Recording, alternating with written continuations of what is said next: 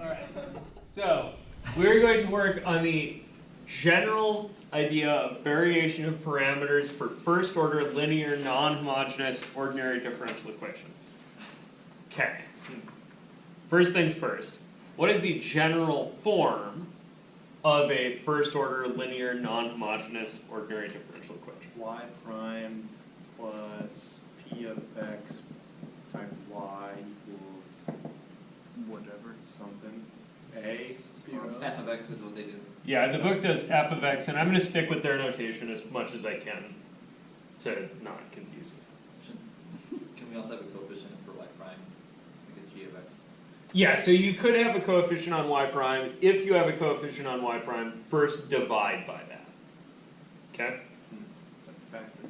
So I'm going to assume that that division has been executed. Good? Cool. If you have something other than 1, do that step first. So, start here. Roadmap. And then end at A or Y equals Yeah, A. and then at the end here we're going to have y equals something that's the answer. Okay, so first things first, start here, and what did we talk about last time? Subtract. Assume it's homogeneous. Yeah, assume it's homogeneous. Throw away that. Write something you like. Yeah, so Guess it. this is not the question I wish you would ask me. I will answer instead the question I wish I had been asked, which is easier. If only we could always do that. So, 2 plus 2. y homogeneous prime plus p of x, y homogeneous is 0. So this is what's called a complementary equation, or the I'm going to call it the homogeneous version, just to not be confusing.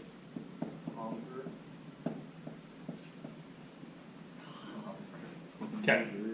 How do you solve the homogeneous version? You memorized before. Yeah, just do the thing. So you get yh is e to the minus Integral. integral of p of x What dx. about Don't we need a big A?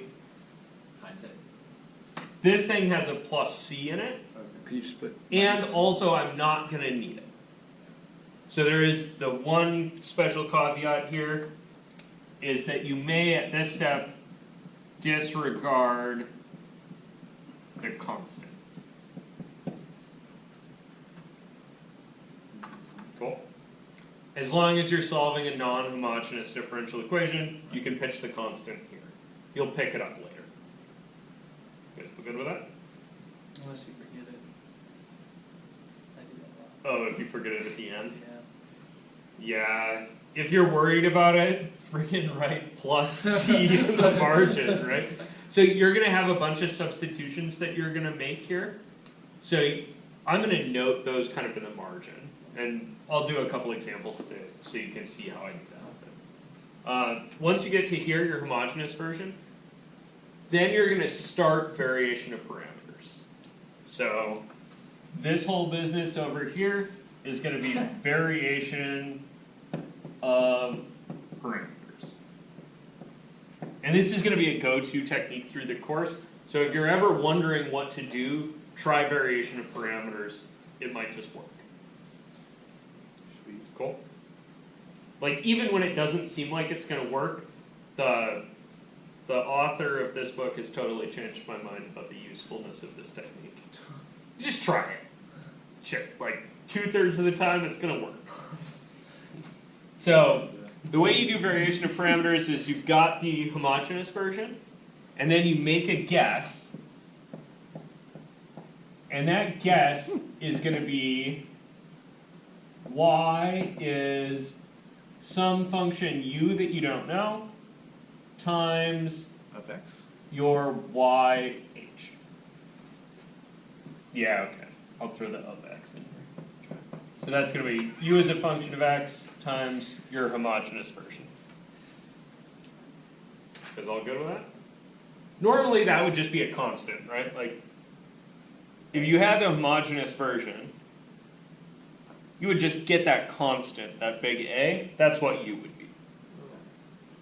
In the non-homogeneous version, you have maybe some other thing going on, and the parameter that you're varying is that A. You're saying, what if A was a function? Maybe it would work, and then magically it does.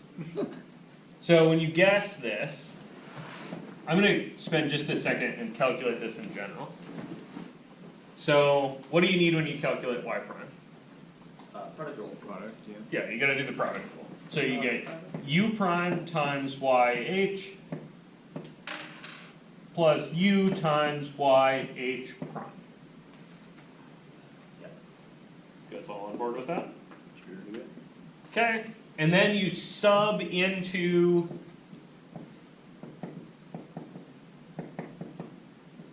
star, where star is your start here point. So you've got y prime. Well, what's y prime? Y prime's u prime yh plus u yh prime.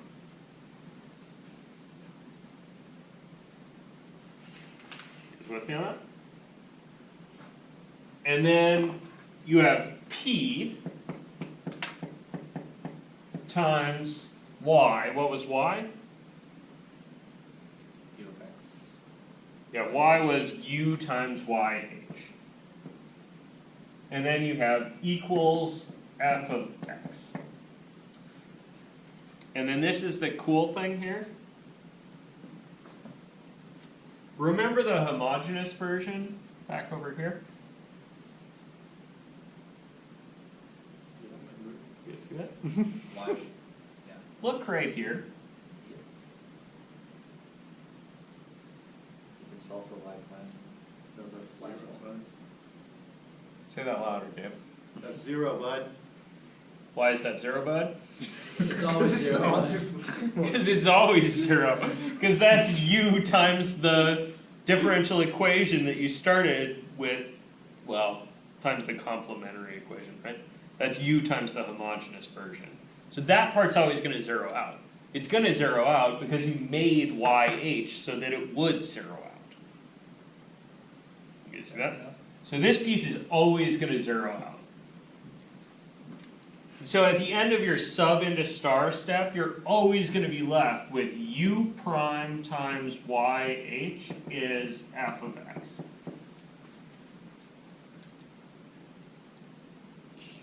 Which is a differential equation, right? Yeah. Except it's a really easy one. Because that's u prime of x equals f of x divided by yh of x. F of x was given to you in the beginning of the problem. Yh is a function you know, right? Because you solved for it over here. So you know what u's derivative is. So to find u itself, what do? Integration. You integrate that thing. So you're going to get u is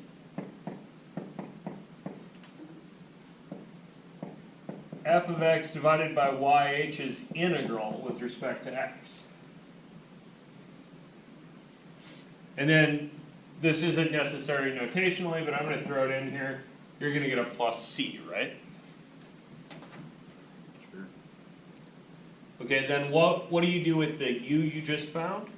Plug it in somewhere. Slap it in. Plug it in somewhere where you Oh, made where a... you guessed, right? Or- Yeah, you guessed Yeah. this thing, right? So you plug that thing in here. So you get y is the thing you just got, the integral of f of x over yh of x dx plus a constant, right? That's all your u, times your homogeneous solution that you guessed at the beginning. You see that? And then if you want to get really trippy with this, you know what yh is. It's e to the minus integral of p of x. So you can go ahead and shove this in over there if you really want to trip yourself out. I would recommend not doing that. So the part of this that I would advise that you remember, like the takeaway here, is that I want you to remember to, when starting with a non-homogeneous equation, solve the homogeneous version first. guess this thing. And is that ever gonna change? Sorry to Nope. interrupt you on your path now. Not at all. Never. Always guess that. Always guess this. Expect some cancellation. If it doesn't cancel, You screwed up so you much. messed up. Like go recheck your derivatives. Go check your homogeneous version. Like if it didn't cancel, there's a problem.